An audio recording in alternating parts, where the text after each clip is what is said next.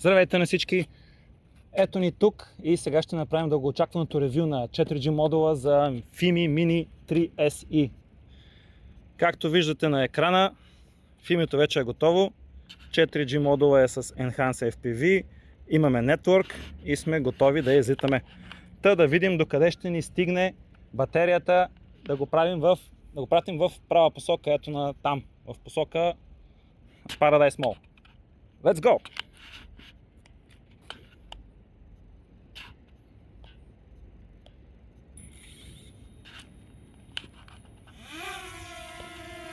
И да започнем да записваме.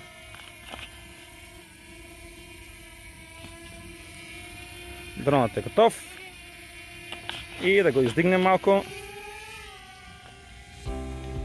И едновременно с това подтегляме напред. Доста време чаках този модул да дойде, около 1 месец, но да се надяваме да се струва. Да видим дали връзката ще продължи след като прекъснем обхвата с модулото дистанционно. Защото, както знаете, 4G-то трябва да енхансва обхвата с почти безкрайен, но това е само на теория. Зависи от къде има 4G клетки, а като гледам непрекъснато се мени обхвата. Но сега ще видим, вече сме на 430-450 метра. Това да видим докъде ще го докараме.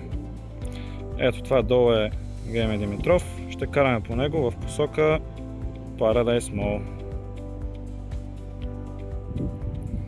Като гледам вече 70 метра имаме перфектен обхват дори на моето дистанционно, което супер много очудва, но може би заради факта, че се намирам в момента на покрива на сграда и тук сме в права посока. Няма никакви други сгради около нас. Тоест пред нас. Тоест между мене и дрона. За сега гледам, че и самото дистанционно издържа вече 1 км минахме. Показва си перфектно.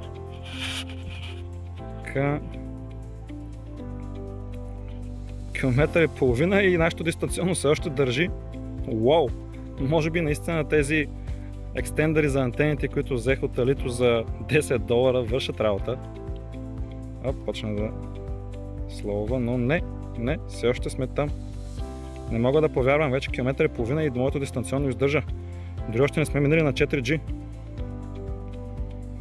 Не знам какво трябва да направя, може би трябва да махна екстендерите.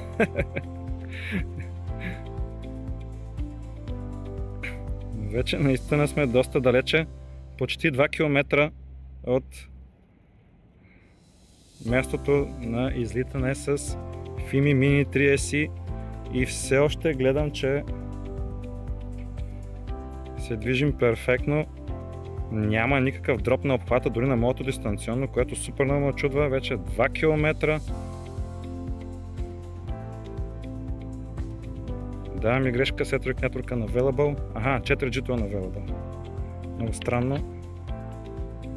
Може би някъде там има Jammer.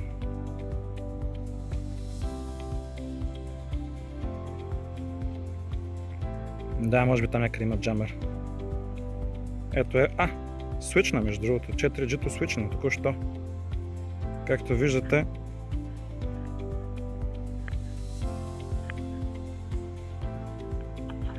Добре, да полетим в посока Ловен парк, защото в тази посока нещо ме джамва. Вероятно там някъде на Георги Димитров има джамер в посока Paradise, така че дайте да сменим малко местоположението за летене, защото 4G-то и тук изчезна. Това е супер странно, защото... пак се появи. Може би съм прекалено високо или аз не знам, или съм далече от 4G мрежите. Вече съм на 2 км и все още имам дистанционно. 4G-то е на 2 чертички, но това според мен е заради оператора, защото съм на един оператор, който няма да казвам. Да не стане антиреклама с това видео. Да, ето, между другото свична няколко пъти от RC-то към 4G-то свична мрежата. Вече съм доста далече. Да, вече съм на 2 км и половина. Съм все още с 4G-то.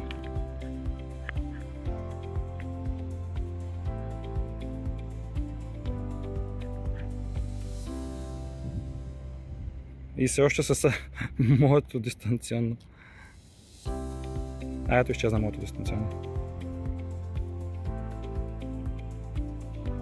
Не, все още сме тук. Да, изгубихме дистанционното ми, но 4G-то все още остава. Тоест вече сме свичнали на 4G на 2 км и половина. Уау! Това е направо невъзможно. Не знаех, че в градски условия Mini 3SE може да направи такова нещо. Гледайте какво става.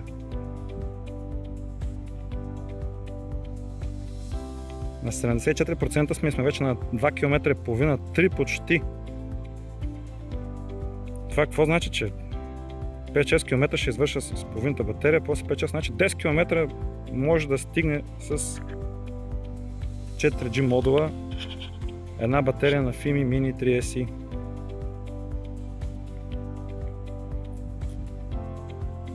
Да, така излиза.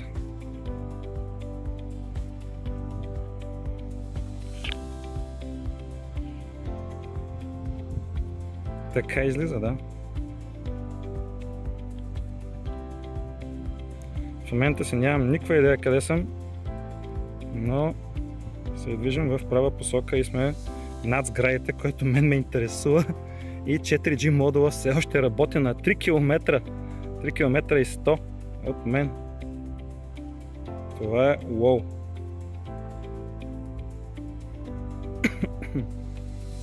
Най-странното, че и по някакъв начин перфектно RC, което много ме очудва. На 3 км да имам обхват, това може би нещо или не показва правилно, или това дистанционно в комплект с тези Yagi антени екстендерите, които взеха от Elito за 5-6 долара, вършат работа. В момента съм на 3 км и половина. 3 км и половина. Някъде в София. Защото си нямам идея на къде карам в момента. Може да ви звучи смешно, на мен също, но почти 4 км.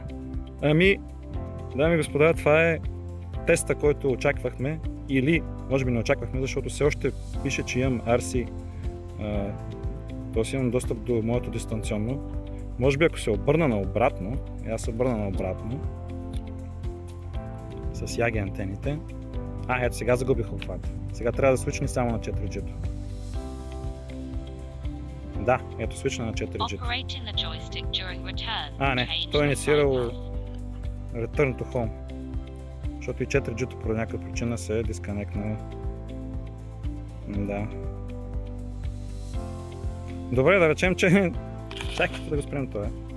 Return to Home. Дайте да продължим нататъка с дистанционното, да видим защо и къде. А то няма 4G. Значи може малко трябва да го смъкна. Защото пише в инструкциите, че 4G-то работи на 100-120 метра от това. Аз бях малко повече от 100 метра. И да видим сега 4G-то дали ще хване тук някъде. Идея си нямам къде сме в момента. Добре, дайте да се завъртим, да хванем в тази посока.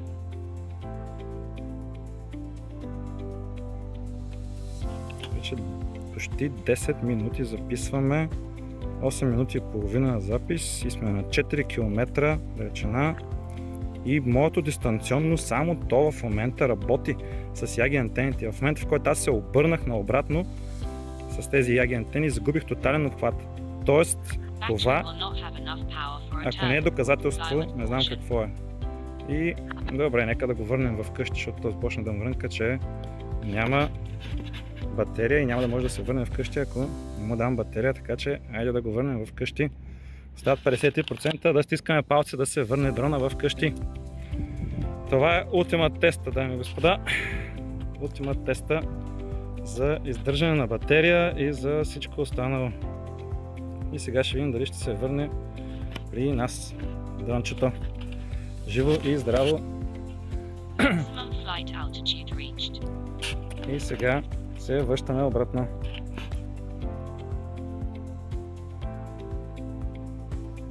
Значи направихме 4 км със сигурност на отиване и горе-долу да се надяваме да направиш 4 км на връщане. Имаше малко проблеми с 4G-то, не знам защо губи обхват, може би защото е прекалено високо или няма клетки на този оператор, който ние се свързваме. Може това да е. Но в всички случаи ще трябва да тествам повече. Със сигурност трябва да го тествам повече. Няма как. Със сигурност. Така че ще има повече тестове съвсем скоро. Стига дрона да се прибере невредим, защото му остават 3 км и половина и по-малко от 50% да се върне. Така че стискайте палци, хора, дрончето да се върне невредимо и това видео да не е последното на този дрон. Въпреки че аз сега в момента чакам Mini 3, Fimi Mini 3, който е почти същия, идентичния с този, но има по-добра камера, 48 мегапиксела, има вече Night Mode, Night Mode, има 3-axis gimbal, уж издържа повече, така че аз съм позитивно настроен, така че ще видим какво ще се случи.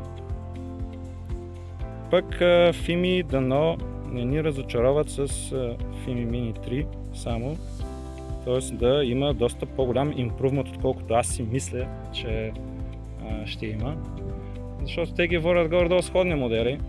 Те си приличат много, те батериите им са взаимно заменяеми, дистанционното е взаимно заменяемо. Общо взето много от нещата са еднакви. Даже същия модул, който в момента 4G модула, който аз тествам с Fimi Mini 3 SE, абсолютно същият модул работи перфектно на Fimi Mini 3. Така че и ако някой не е сигурен дали Yagi антените действат, те действат, защото в момента в който аз се обърна наобратно, губя обхват. В момента в който насочва Yagi антените натам, има обхват. Така че това, ако не е доказателство, не знам кое е, хора. Не знам кое е доказателство. Така че на 40% и оставаме на 2700 метра. Да стискаме палци в името да се прибере невредимо. Днеска е хубаво времето, така че мисля, че няма да има проблеми с вятър или такова, да му пречат. Ето 4G-то и тук е доста по-добро, така че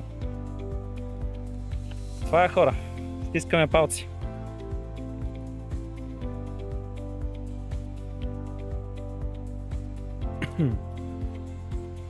Минаваме покрай нещо.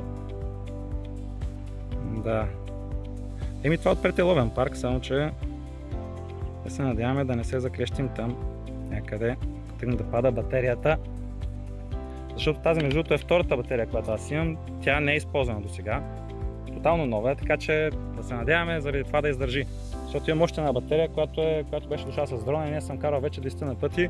Тя направа 10 цикъла, но тази си е чисто нова, така че надявам се да издържи, да няма никакви проблеми, да може да върне Fimi-то невредимо.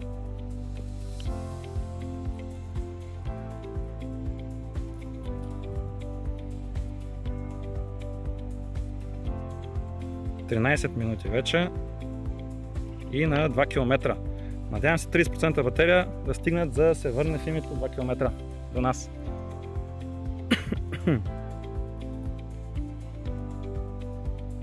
Ето виждам вече Дианабад.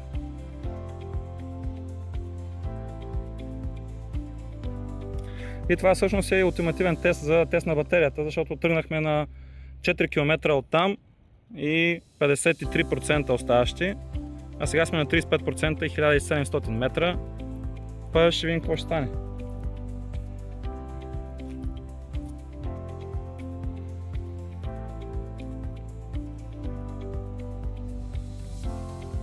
Много странно за мен, може би защото летях много нависоко и 4G модула почти постоянно стоеше на 2 или 3 чертички. Това е много странно за мен. Докато пък RC контролера имаше перфектен обхват на 3 км и доста нататък. Не само заради Yagi антените, ами заради, не знам, сигурно много неща. И заради това, че съм нависоко и може би защото вече сме в права линия. И както всички знаем, в права линия, когато си с дрона, дистанционното между дрона и дистанционното, когато няма никакви препятствия, никакви obstacles, тогава е най-идеалната среда, в смисъл да може да летите с дрона. Така че ако ще летите с дрон някъде, качвате се на високо и гледате да има право пространство между вас и дрона, да няма никакви препятствия между двете. Ето 30% остават, 1 км и 1 км и 100 метра, така че мисля, че ще стигне батерията да се върне. Ето виждам вече и NV Tower в дясно, далечината, където съм аз. Това вече е Дианабад. Почна да мрънка за батерия на 30%, но няма какво да направим. Ще трябва да го изчакаме да се върне.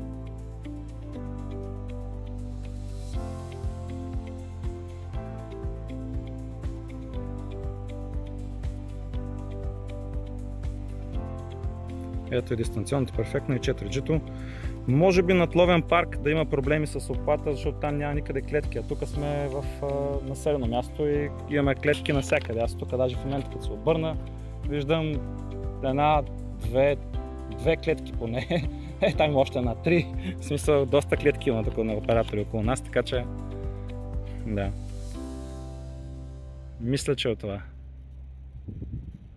Но със сигурност ще следват още тестове на 4G модула и този път ще съм някъде долу и да пробвам да летя и да загубя обхват на дистанционното, може би да, по-скоро, защото 4G модула по принципно трябва да ти осигурява конекция, трябва да ти осигурява връзка навсякъде, т.е. дори да си вкъщи в хола, седнал в хола и ако можеш да излетиш, нали, да си фане GPS-ите после и така нататък, ти реално можеш да се летиш навсякъде с 4G модула.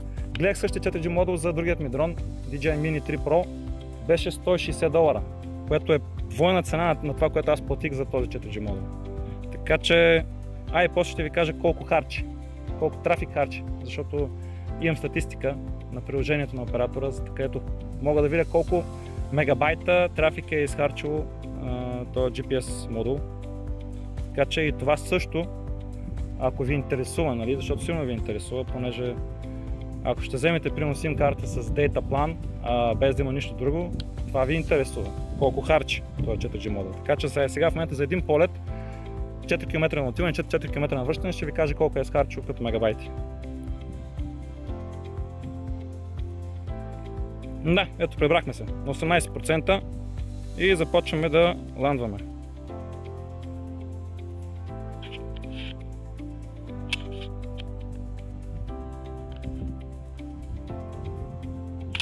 Сега, че не знам къде сме в момента. Дрона е над нас, да, ето го. Тоест той сега в момента търси къде е ланд пада и да си кацне. Ами на 16% хора. Ето го дрона. Вече и аз го виждам на картинката, какво се вижда на дистанционното. Успяхме да се приберем, obviously.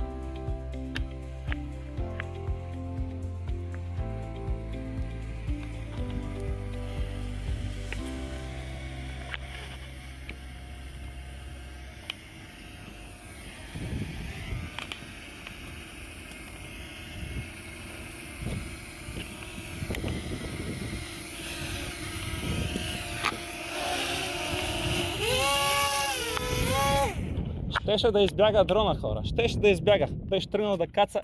Там. Представете ли си? Беше тръгнал да бяга моето дронче. Хубаво, че го хванах, слава богу. Това беше what an experience, dude. Така че да. Успяхме да го спасим. Спираме записа и ще видим какво се е получило после. Ето го GPS модула. Ето така изглежда. И това е. Айде хора, беше ми приятно, много ви благодаря, че гледахте това видео.